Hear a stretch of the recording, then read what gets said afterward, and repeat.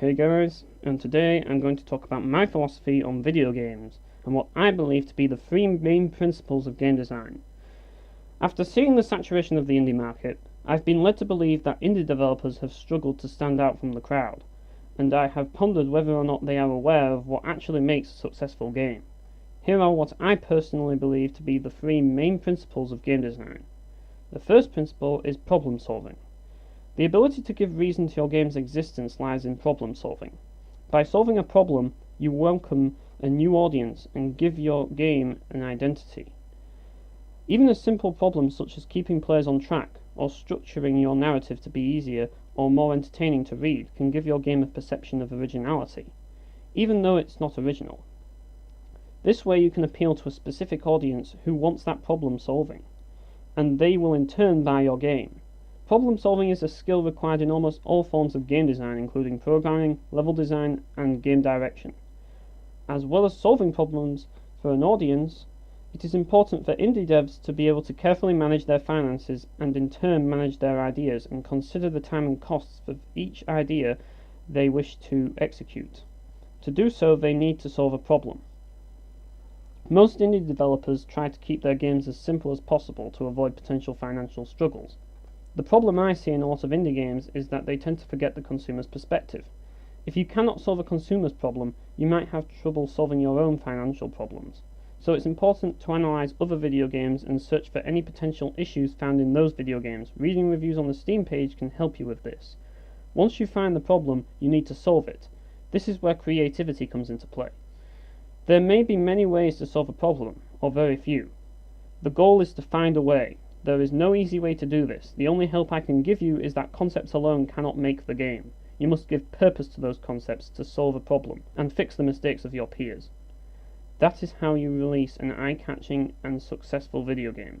This applies to any product. Just because your toilet brush is coloured pink doesn't mean it's going to solve any more problems than a plain white toilet brush. It cleans toilets just as well as the other one.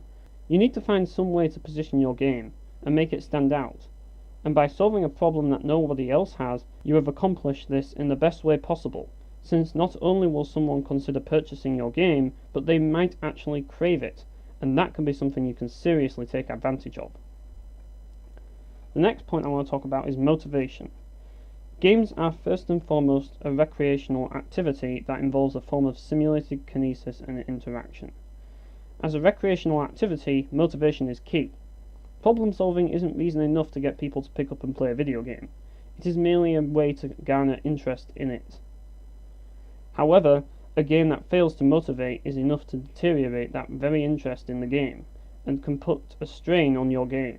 To motivate is to accommodate the player with a strong premise and ease of access. There are many things to consider when motivating a player through a game. Balancing ease of access with freedom to interact and experiment is a good way to approach gameplay when considering motivation. You don't want to drown players in tutorials, nor do you want to throw players in the deep end without any rewarding elements to offer.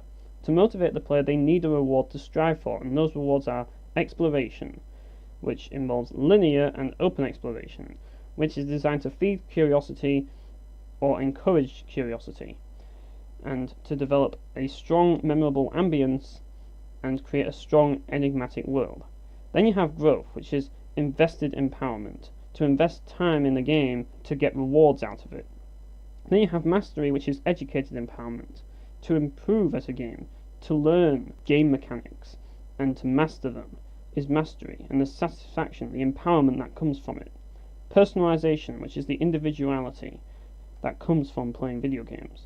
Storytelling, which is the connection to narrative, characters, and the plot. Adrenaline, which is kinetic empowerment, empowerment through the just basically empowerment from the amazement of playing the game. It's not the easiest one to explain, really, but yes, with that reward in place, a player will be ready to start playing your game. Engagement is the next point, and the final point, and probably the most important point. No matter how good a game is, the inevitable question of how long should I keep playing will be asked. The goal of engagement is to delay the inevitable by keeping players hooked.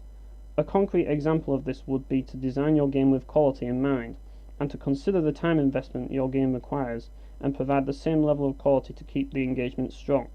Rewarding elements can also assist with engagement when executed properly. However, execution requires more than just a simple goal. The process of delivering your goal is the process of engagement. Engagement requires consistency in terms of quality, but it may also require a consistent level of variety, depending on the targeted audience. Ultimately, it is important to focus on a game's core elements to keep the level of engagement strong. Balancing this with variety is one of the greatest challenges a game developer has to face. This is where pacing comes into play. By focusing on the core elements, players will often forget their motivation.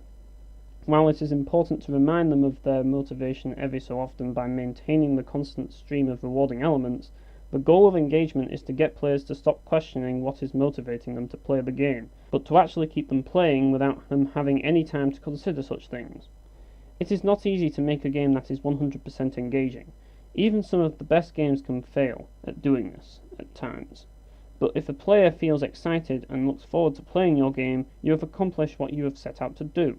If a player would rather put down your game and play something else, it might be worth evaluating your game and checking for any potential issues and applying them to later projects. Don't be put down because your game isn't 100% engaging, because the truth is, very few games are, and it is this reason why it is difficult to compete in the market.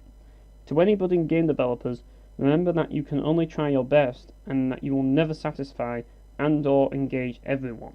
I hope this was helpful to you all and helps you see gaming in a different light.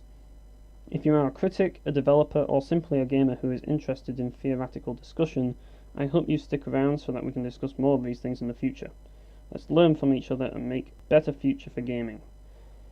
So yeah, that's basically it, guys. I'll see you next time.